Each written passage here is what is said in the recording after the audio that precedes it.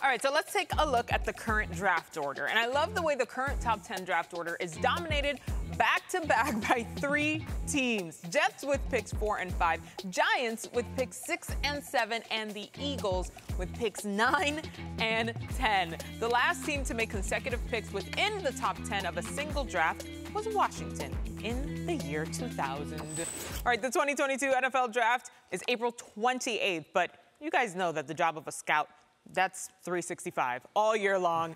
And look at Daniel Jeremiah, our draft analyst, senior draft analyst, taking a little time out from all that reading, studying all that tape to give us a preview. So, DJ, what's the impact on the draft if teams have back-to-back picks? Well, it's like the Noah's Ark draft, right? Like just 2 for everybody here. You just get 2 and see if you can change your franchise. You mentioned the Washington football team having 2 back in the day. That was LeVar Arrington and Chris Samuel. So you got a chance to really fortify both sides of the line of scrimmage there for that football team. And you look at these 3 football teams in a draft that looks very deep and talented up front on the offense and defensive lines. You can solve a lot of your problems within your first 2 selections. Oof. Well, DJ, along those lines, if you're the Detroit Lions sitting at the top of the draft, what's your biggest team need right now? Well, I think you got to go obvious, right? It's the quarterback position. I don't think anybody believes that Jared Goff is the answer for them long term. They moved on from Matthew Stafford. That trade was not about acquiring Jared Goff. It's about acquiring all these picks.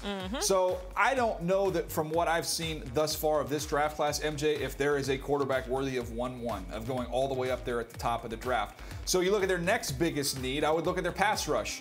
This is a group that's not very good up front on that side of the ball. They need to get a real difference maker, somebody that when you're preparing your advanced scouting report, you circle them and say, we have to deal with this guy. This is a problem. The Detroit Lions do not have that presently. So I know the quarterback need is out there. I think, though, with their draft capital early on in this draft, I think they look in other areas, and I would keep an eye on that defensive front. Okay, so if you were Lions GM and EVP Brad Holmes, as we know anything can happen, would you consider trading down? I think this is a really deep draft. So, yeah, I'm definitely going to field phone calls. If you're Brad Holmes, this team is nowhere close. Look, they don't have a win. They are nowhere close to being a good football team, much less a playoff team or a championship caliber team. So if somebody wants to blow your doors off, they're absolutely in love with the player. You're not one player away. You have to take the phone call. But I do think there are some good options for them to stick and pick and get one big-time blue-chip impact player there up at the top. All right, I'd like to preface the following talking point with, this is for draft purposes and draft purposes only. So we're going to move on from NFC North to the AFC North. And, man, after watching Sunday Night Football, are you convinced that Baker Mayfield is the QB of the future for the Browns?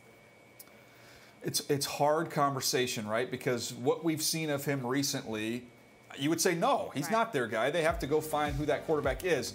I just think he's nowhere near healthy. You know, you look at Russell Wilson, the way he played the other night, that's not who Russell Wilson is. I don't think this is who Baker Mayfield is. He's totally beat up. And when I say, is he the guy moving forward, in my opinion, looking at the options that they're presented with, yes, he is. I'm not going to commit long-term to him. I might try and ride this thing out. You can go the franchise tag route with him and kind of pay as you go.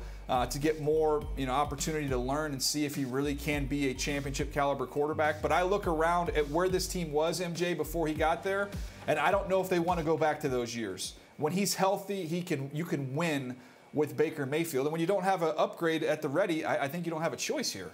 Yeah, well, Baker's old college coach made some huge news today, moving from Oklahoma to USC. Is Lincoln Riley currently the best QB whisperer in all of college ball? I love that term, right? I think you've got your choice between QB guru and whisperer. I think I'm going to go with you. I like whisperer better. But when you take quarterbacks who didn't work out at their previous schools, when you think about Kyler Murray at Texas A&M, you think about Baker Mayfield at Texas Tech, you bring them into your program, and all you do is elevate their level of play to the fact that they get Heisman trophies and end up being the first overall pick. I think you can claim that crown of being a QB whisperer. Oh, by the way, Jalen Hurts, who was a runner at Alabama, shows up in your program, and the improvement he makes from when he got there from when he left is dramatic. Those are 3 pretty great examples of him taking quarterbacks and really helping them improve and make big strides. So I'm excited as somebody who lives out here on the West Coast like we do, MJ. I think this is going to turn into the quarterback capital of the world. all these kids train out here, all these private quarterback coaches are out here, and now you've got, if we just described him, the quarterback whisperer at USC. I think they're going to have their pick of the litter each and every year. Between Willie McGinnis, our floor manager, Puma, my husband, who's a Trojan as well. I mean, I've been seeing fight on at all angles today, TJ. All right, so big news for the Senior Bowl, though, as Liberty quarterback Malik Willis has accepted an invite to be in Mobile. What is the toughest part of evaluating a non-Power 5 conference player like Willis? Well, you look back to last year and you think about all the quarterbacks that we had, and I made a point in last year's draft class that these guys rarely take the field when they don't have a huge talent advantage. Think about Mac Jones was there at Alabama. You look at Zach Wilson was at BYU and who they played against. Justin Fields at Ohio State. Trevor Lawrence at Clemson. They had better guys than the guys they were playing against. Malik Willis, he's going to fall in that same evaluation class as Mahomes. And you talk about Josh Allen.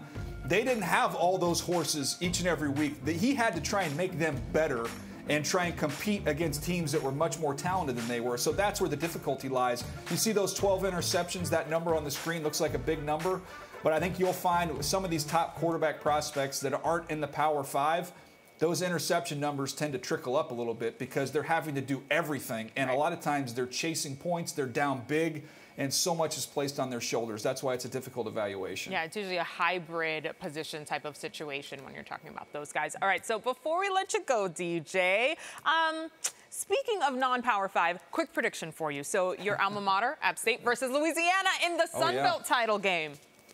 What's going down there? Well, first of all, we've got the App State helmets behind me here, so I'm fired up. This will give us win number 11. But I'm not going to shortchange Louisiana. I'm going to give them 6 points, MJ. We're going to get 89. We'll give them 6 because I'm in a generous type of a mood. Their coach just went to Florida. They're not focused. Billy Napier's on his way. He's going to coach in this game, but his mind's not there. These App State helmets going to take care of business. 89-6. Was that your? I gave him 6. What more do you want? I feel like I'm being generous here. 'Tis the season for generosity. All right, DJ, thanks for that. You can get more insight from DJ on his podcast, Move the Sticks, and at NFL.com/draft. The 2022 NFL Draft starts April 28th in Las Vegas, and you can see it right here on NFL Network.